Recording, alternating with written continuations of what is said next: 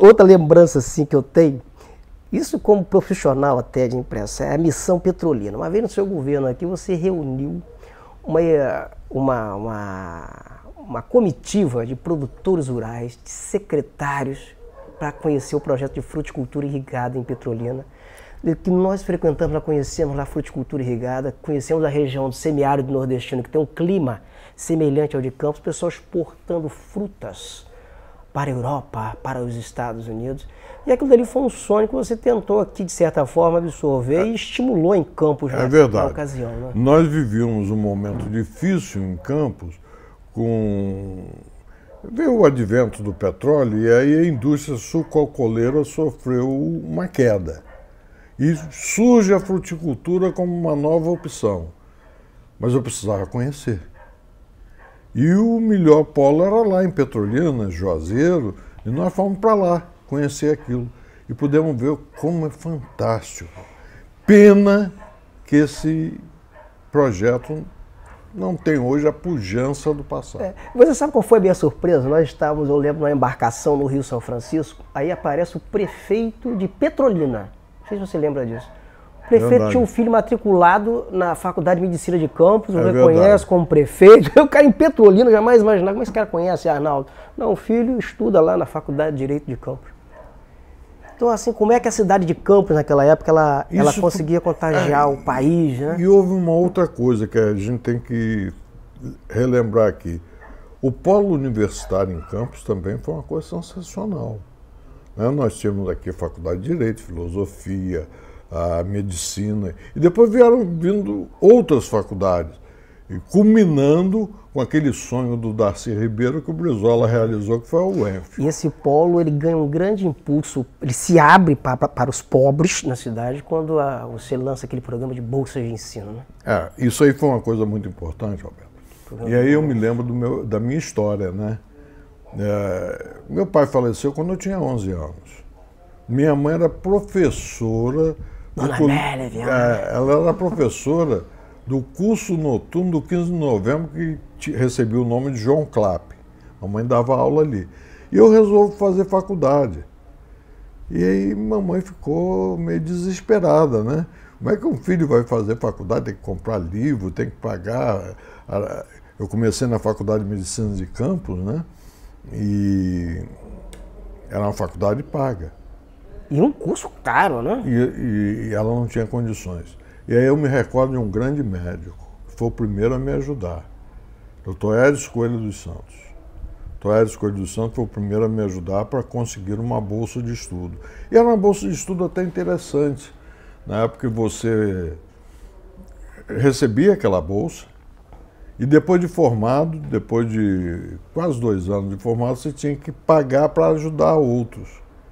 E isso foi mexendo comigo, que nós criamos o programa de bolsa de estudos universitária também, né, para poder favorecer aos filhos dos pobres que não podiam pagar uma faculdade. Mas muita gente... E quanta gente se formou. Hoje eu encontro muitas pessoas na rua que vêm me falar: olha, eu sou advogado porque eu tive uma bolsa de estudo no seu governo. Eu sou médico porque eu tive uma bolsa de estudo no seu governo. E eu me lembro que a gente queria acabar com a discriminação que existia em Campos.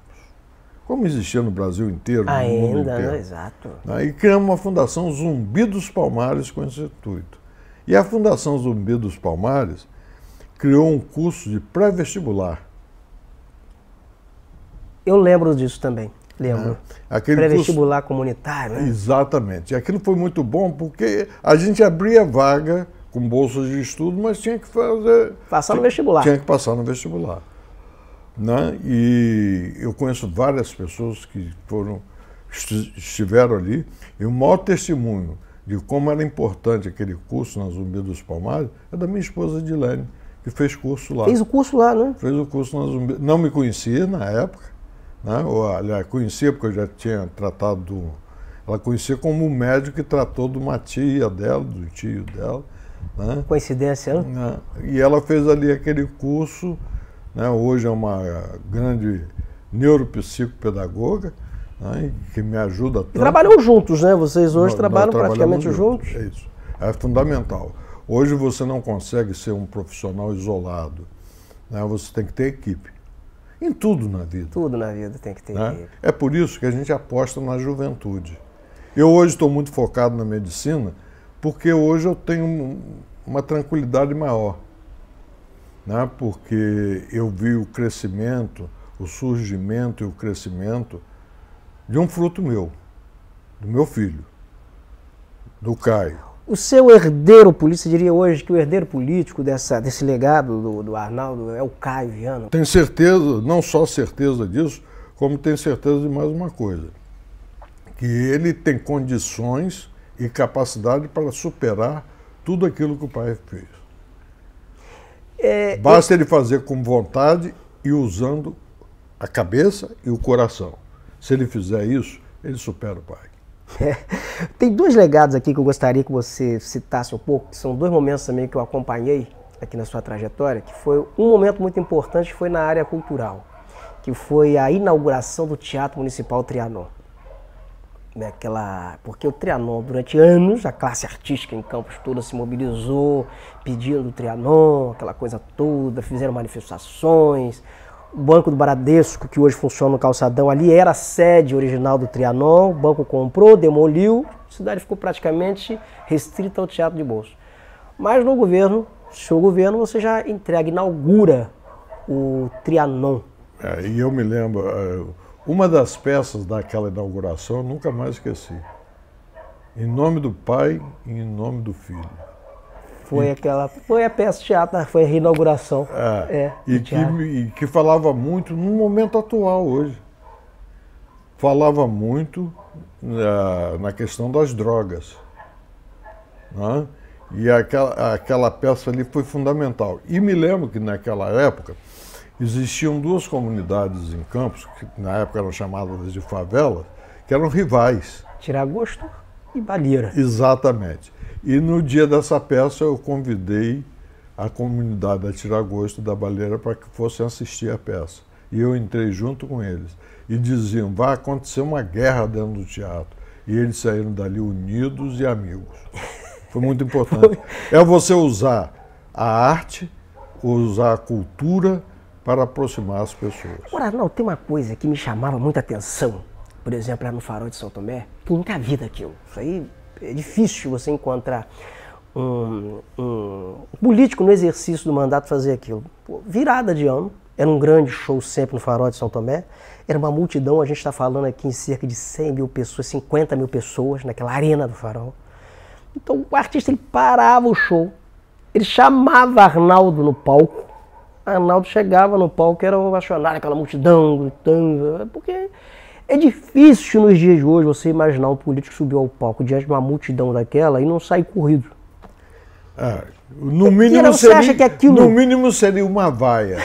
Exatamente. E no médio era. Você acha que aquilo ali é o momento? Você acha que essa judicialização contra a classe política hoje ela inibiria aquele tipo de iniciativa? Inibiria, porque iria fazer com que o próprio político ficasse temeroso de fazer essas coisas. Quando, na verdade, eles esquecem de uma coisa: o poder emana do povo. Quem elege é o povo, né? Quem elege é o povo. E é a ele que nós devemos toda a honra, toda a glória e toda a satisfação. Nós temos que dar ao povo que nos elege. E o que a gente vê hoje, que esse povo está ficando esquecido. O sujeito começa a pensar mais nos financiadores de campanha do que no povo que o elege. Isso tudo eu tenho conversado muito, né, com pessoas próximas a mim, mas, sobretudo, eu quero repassar isso tudo, essa experiência toda, para o Caio, para que ele aprenda. Uma das coisas que eu digo sempre ao Caio, que foi meu livro de cabeceira durante anos e passou a ser o dele, é o Arte da Guerra. E quando hoje olho para o Caio e vejo que ele tem ingresso numa família também, que teve uma pessoa que me ensinou também muito na Câmara, nós fomos vereadores juntos, nosso querido e saudoso Paulo Albernaz. Paulo Albernaz, grande vereador, foi presidente da Câmara, foi deputado depois. Foi deputado, né?